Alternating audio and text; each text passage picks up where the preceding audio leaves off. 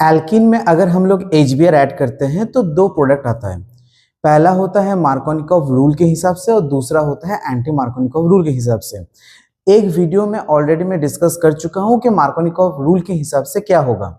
Reagent हम लोगों का सेम रहेगा लेकिन रिएक्शन दो किस्म का होगा। आज इस वीडियो में हम लोग जानेंगे कि एंटी मार्कोनिकॉव रूल क्या है, ये कैसे होता है और क्यों होता है। इसके लिए हम लोगों को सिर्फ और सिर्फ एक चीज चाहिए, वो है परऑक्साइड। अगर एग्जाम्पल के बारे में बात करेंगे तो नॉर्मली क्या होता है, CH3CH डबल बॉन्ड CH2 है। अगर हम लोग यहाँ पर HBr ऐड करते हैं तो हम लोगों ने पिछले क्लास में जो किया था, पिछले क्लास में हम लोगों ने बोला था कि जो अमीर है वो और अमीर बनता है, यानी जहां पर हाइड्रोजन ज्यादा है वहां पर हाइड्रोजन और ऐड होगा। तो अगर ऐड होता है तो उस सिचुएशन में क्या होगा, उस सिचुएशन में ये वाला जो चीज है यहाँ पर Br ऐड होगा और यहाँ पर CH3 ऐड होगा। लेकिन अगर हम लोग HBr के साथ एक परऑक्साइड ऐड कर देंगे तब जाके हम लोगों का गरीब अमीर बनने वाला है। यानी इस सिचुएशन में यहाँ पर हाइड्रोजन आएगा और यहाँ पर Br आएगा। लेकिन सवाल यहाँ पर दूसरा है, सवाल है कि ऐसा क्यों होता है। इसके लिए हम लोगों को समझना पड़ेगा मैकेनिज्म। तो आज हम लोग इस वीडियो में एंटी मार्कोनिकॉव रूल के मैकेनिज्म को भी समझेंगे। लेकिन सबसे पहले हम लोगों को समझना पड़ेगा परऑक्साइड है क्या। किसी भी कंपाउंड में अगर ये वाला फंक्शनल ग्रुप प्रेजेंट है तो उसको हम लोग बोलते हैं परऑक्साइड। अगर यहाँ पर हाइड्रोजन हम लोग ऐड कर देते हैं तो इसको हम लोग बोलेंगे हाइड्रोजन परऑक्साइड। अगर यहाँ पर हम लोग सोडियम ऐड कर दे हैं दोनों तरफ से तो यहाँ पर जो तैयार होगा वो है सोडियम परऑक्साइड। और इसके ठीक बाद अगर हम लोग CH3CO ये वाला ग्रुप ऐड कर देंगे तब यहाँ पर जो आ जाएगा वो है एसिटाइल ग्रुप है ये वाला, तो एसिटाइल परऑक्साइड। और अगर C6H5C double bond O group करते हैं तो इस ग्रुप का नाम है बेंजोइल, यानी यहाँ पर जो ऐड होगा वो है बेंजोइल परऑक्साइड। तो यहाँ पर हम लोगों का चार किस्म का परऑक्साइड हुआ, पहला दो इनऑर्गेनिक परऑक्साइड और लास्ट वाला दो ऑर्गेनिक परऑक्साइड। तो यहाँ पर ऑर्गेनिक परऑक्साइड ही मेनली काम में यूज होता है। सनलाइट के प्रेजेंस में एक परऑक्साइड टूट जाता है और बनाता है एक फ्री रेडिकल। तो यहाँ पर हम लोगों का होगा होमोलाइसिस सनलाइट के प्रेजेंस में। तो ये अगर टूटेगा तो यहाँ पर एक बॉन्ड में दो इलेक्ट्रॉन है, एक इलेक्ट्रॉन इधर एक इलेक्ट्रॉन उधर। तो उस सिचुएशन में जो चीज तैयार होगा वो वाला है हम लोगों का ये दो यूनिट हम लोगों का तैयार होगा। अभी हम लोगों ने थोड़ी देर पहले क्या बोला कि एक बॉन्ड दो इलेक्ट्रॉन से बनता है। तो अगर यहाँ पर मुझे डबल बॉन्ड बनाना हो तो एक इलेक्ट्रॉन तो यहाँ से आ जाएगा और अगर इस बॉन्ड को हम लोग तोड़ देंगे तो इधर एक इलेक्ट्रॉन और इधर एक इलेक्ट्रॉन आएगा। तो इस सिचुएशन में हम लोगों का क्या बनेगा, CH3 डॉट और उसके साथ साथ कार्बन डाइऑक्साइड। ये जो CH3 डॉट है अब इसको चाहिए इलेक्ट्रॉन। CH3 डॉट में अगर इलेक्ट्रॉन चाहिए तो वो HBr को इस तरीके से तोड़ देगा और यहाँ से हाइड्रोजन लेके CH4 बन के निकल जाएगा और Br डॉट यहाँ पर बन जाएगा। अब ये जो Br डॉट है बेसिकली यही हम लोग का रिएक्शन में पार्टिसिपेट करता है।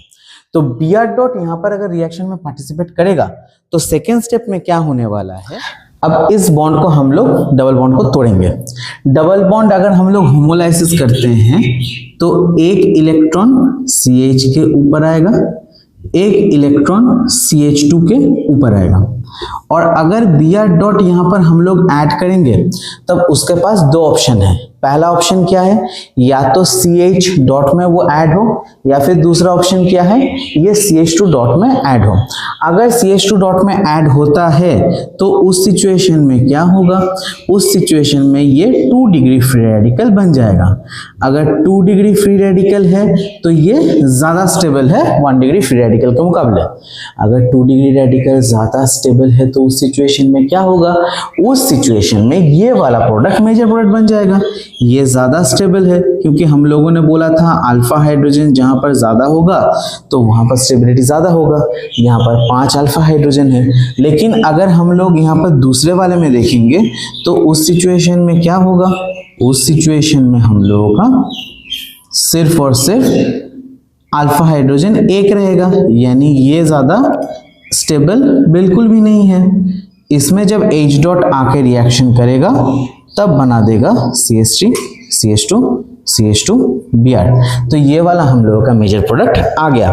लेकिन एक चीज तुमको ध्यान रखना है कि यहाँ पर HBr के साथ ही पेरोक्साइड का रिएक्शन होता है। अगर HCl या फिर HI होगा तो वो प्रोसेस एंडोथर्मिक है, और एंडोथर्मिक प्रोसेस ज़्यादातर स्टेबल नहीं होता है। हम लोग जब कोई भी कंपाउंड बनता है तो वो स्टेबल हो जाता है, इसी वजह से एक्सेस एनर्जी निकाल देता है, यानी एक्सोथर्मिक प्रोसेस होता है। इसी वजह से स्टेबिलिटी वहाँ पर ज़्यादा हम लोगों को मिलता है। लेकिन ये वाला प्रोसेस जो है, ये वाला प्रोसेस HCl या फिर HI के लिए एंडोथर्मिक होने की वजह से ये फ्रूटफुल कभी भी नहीं होता। इसी वजह से HBr और पेरोक्साइड से ये वाला रिएक्शंस हम लोगों को निकालना है। एक दो एग्जाम्पल कर लेते हैं कि एग्जाम में किस तरीके का क्वेश्चन आता है और उसको डील कैसे करना है।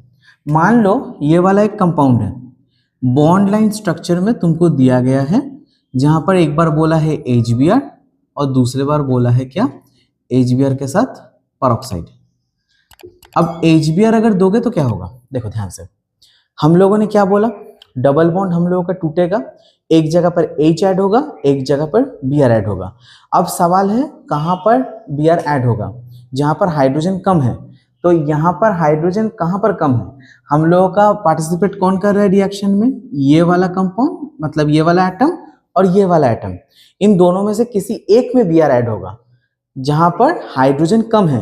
अगर बॉन्ड लाइन स्ट्रक्चर तुम कर चुके हो तो तुमको पता है कि यहाँ पर हाइड्रोजन कम है, लेकिन इतना अगर याद नहीं रहता है तो याद रखना जहां पर भीड़ ज्यादा है वहां पर Br ऐड होगा।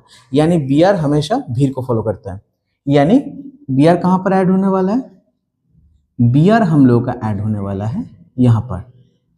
लेकिन HBr और पेरोक्साइड ये भीड़ को इतना पसंद नहीं करता है, तो कहां पर ऐड होने वाला है, जहां पर भीड़ कम हो, यानी यहां पर ऐड होगा। ये चीज याद रखना, ये बहुत ज्यादा इंपॉर्टेंट है। तो इसी वीडियो में हम लोगों ने एंटी मार्कोनिकॉफ पेरोक्साइड इफेक्ट या फिर खराश इफेक्ट, खराश साहब ने ये वाला इफेक्ट निकाला था, इसी वजह से खराश इफेक्ट, इसके बारे में हम लोगों ने समझा डिटेल्स में। अगर वीडियो अच्छा लगा हो तो सब्सक्राइब कर लेना और एक लाइक दे देना।